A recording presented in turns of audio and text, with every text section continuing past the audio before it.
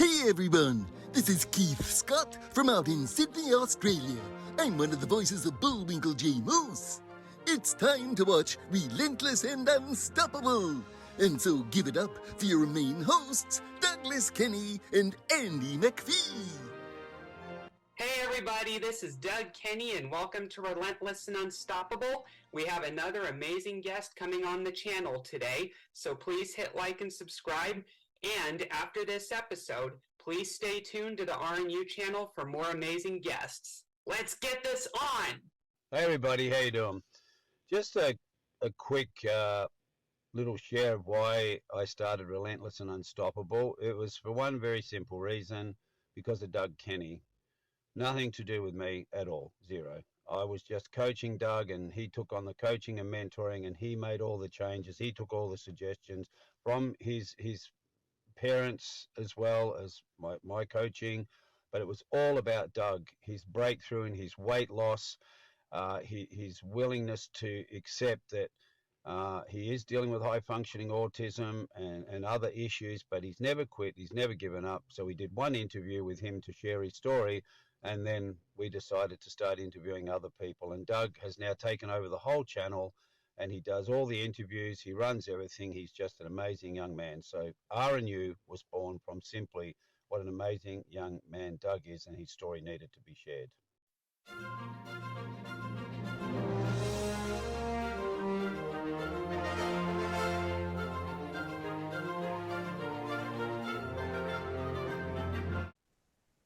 I would agree with you on that. I just wish that sometimes people could these days just accept that not everyone's going to have the same viewpoint, because what would happen? The world would be boring.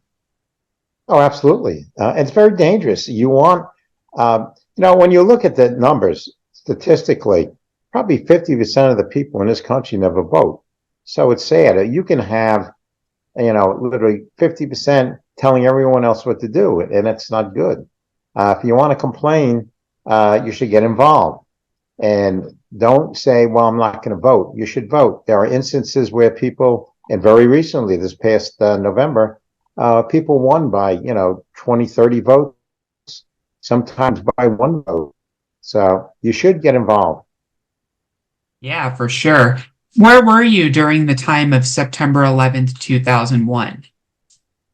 Actually, more people were affected than others. Across the country, it was a strike against the democracy and the freedom here.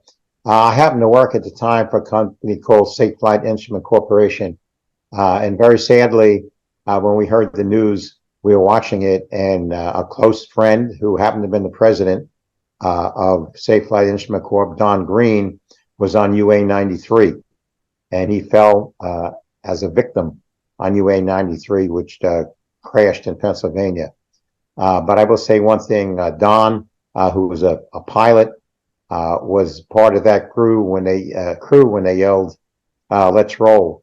And they struck the first defense against the terrorism by taking over that plane. Unfortunately, they couldn't control it and they crashed and everyone died. But shows the basic belief in the democratic process. And again, like we just discussed, people getting together and working, they took that plane down because there was a lot of thought that it was headed either to the White House or to Congress. So it's a very sad situation. And again, there's a reason for the term never forget. Unfortunately, kids today and a lot of people have forgotten 2001, 9/11. Never forget the freedoms that the greatest generation helped save. Yeah, I know exactly what you mean. That it's a good thing they got control of that flight. I think if there was some simulation that people would have known, with the how to fly a plane, like if there was some experienced pilots and all that, I think they probably could have saved the plane if it went more like a straight position when going down. But, nonetheless, they saved the lives of Congress and the White House, so. That's true. And unfortunately, just so you know, the company I worked for was an aeronautics company. That type of jet plane was, when they broke in, all I had to do was just the terrorists jammed the controls forward. And the time they didn't have the time to control that plane, unfortunately, but they did save it. They gave their lives and died as heroes. Gee, that's all we have for Relentless and Unstoppable. So tune into the next episode to hear more amazing stories from amazing guests. This is Keith Scott from Sydney, Australia saying so long, and I'm smarter than the average bear. Gee.